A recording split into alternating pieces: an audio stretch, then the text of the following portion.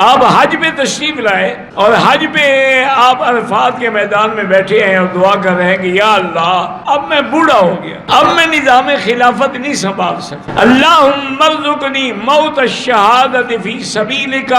اللہ مجھے موت بھی شہادت کی دے اور دفن بھی مجھے مدینہ منورہ کا نصیب ہو۔ یہ دعائیں کرتے رہے سارے راستے میں۔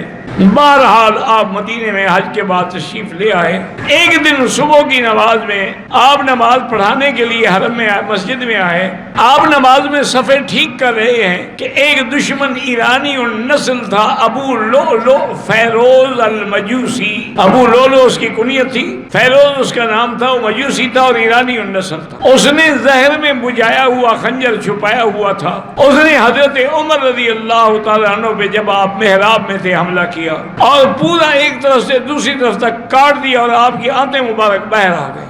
اور اسی اثنا میں پہلی صف کے لوگوں نے اس کو پکڑنے کی کوشش کی، لیکن اس میں 13 آدمی زخمی ہوئے جن میں 9 جو تھے وہ شہید ہو گئے۔ اس عالم میں بھی حضرت عمر کو نماز کا خیال تھا، اپنے بیٹے کو حکم دیا کہ آگے بڑھو اور نماز پڑھاؤ۔ تو ان کے بیٹے نے جب نماز پڑھائی اور صحابہ کو آواز سمجھ نہ آئی کہ یہ عمر کی آواز تو نہیں ہے، لیکن ان کو پتہ نہیں تھا، جو پیچھے والے صفوں والے تھے ان کو تو پتہ ہی نہیں لگا کہ کیا ہو چکا ہے۔ نماز ہونے کے بعد دیکھا کہ محراب نبوی جو ہے خون سے لت پت ہے۔ حضرت عمر رضی اللہ تعالیٰ نے بیٹے کو بلایا، طبیب آ گئے، ان نے پینے کے لیے دوائی دی تو باہر نکل آئی، انہوں نے کہا کہ بچنے کی کوئی امید نہیں ہے۔ حضرت عمر نے فرمایا کہ دیکھو اب ان باتوں کو چھوڑو، میرے بعد حضرت عثمان ہیں، حضرت علی ہیں، حضرت سعد ہیں، حضرت طلحہ ہیں، عبد الرحمن بن عوف ہیں، ان 6 آدمیوں کی میں کمیٹی بناتا ہوں۔ میں اگر کسی کو خلیفہ نہ بناؤں تب بھی سنت ہے کہ حضور نے اپنا خلیفہ کسی کو مقرر نہیں کیا تھا، اور اگر میں خلیفہ مقرر کر دوں تب بھی جائز ہے کہ حضرت ابو بکر نے اپنا خلیفہ عمر کو بنایا تھا، لیکن میں 6 آدمیوں کی کمیٹی بناتا ہوں۔ یہ کمیٹی غور کرے، پورے مدینے والوں کی رائے معلوم کرے، پھر جس کی رائے پہ اتفاق ہو جائے اس کو خلیفہ بنایا جائے۔ اور آپ نے بیٹے کو آپ نے بلایا اور کہا کہ دیکھو بات سنو، تم فوراً جاؤ سیدہ عائشہ صدیقہ رضی اللہ عنہا کے دروازے پر، اور اس کو یہ نہ کہنا کہ امیر المومنین، اس کو کہنا عمر نے مجھے بھیجا ہے اور درخواست کرتے ہیں کہ اگر آپ اجازت دے دیں تو میں آپ کے حجرے میں دفن ہو جاؤں۔ جب آئے تو بی بی عائشہ رو رہی تھی، ان کو پتہ لگ گیا تھا کہ حضرت عمر کا یہ عالم ہے، تو انہوں نے کہا کہ بیٹا واللہ میں نے یہ قبر کی جگہ اپنے لیے رکھی تھی، لیکن آج حضرت عمر نے مانگ لی ہے، وہ مجھ سے زیادہ اولا ہے، لہذا اسی کو دفن ہوگا، میری طرف سے اجازت ہے۔ حضرت عمر کے پاس آئے اور کہا کہ ابشری یا امیر المومنین، سیدہ عائشہ راضی ہو گئی ہیں اور اجازت دے دی ہے، پر میں اس طرح نہیں،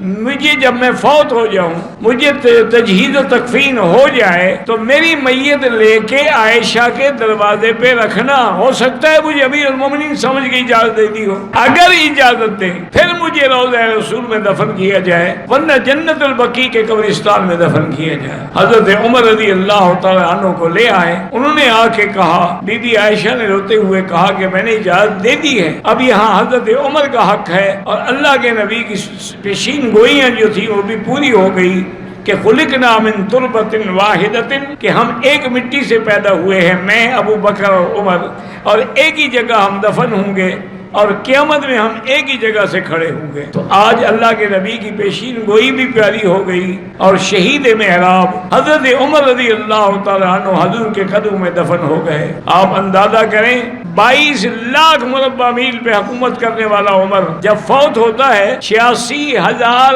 درہم قرضہ ہے، آپ کا قرضہ چھوڑ کے مرے ہیں، اور آپ نے وصیت کی تھی کہ میرا جو مکان ہے بیچ دو اور قرض ادا کرو، تو آپ کا مکان فوراً بیچا گیا اور آپ کا قرضہ جو ہے وہ ادا کیا گیا۔ اس کے علاوہ یعنی آپ نے کوئی جائیداد نہیں چھوڑی ہے، رضی اللہ تعالی عنہ وارضاہ۔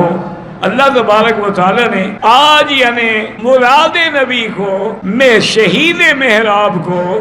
دفن بھی کہاں ملا؟ روضہ محمد مصطفیٰ میں، جو جنت کا ٹکڑا ہے، باب بیتی و منبری روضۃ من ریاض الجنہ، رضی اللہ تعالی عنہ وارضاہ۔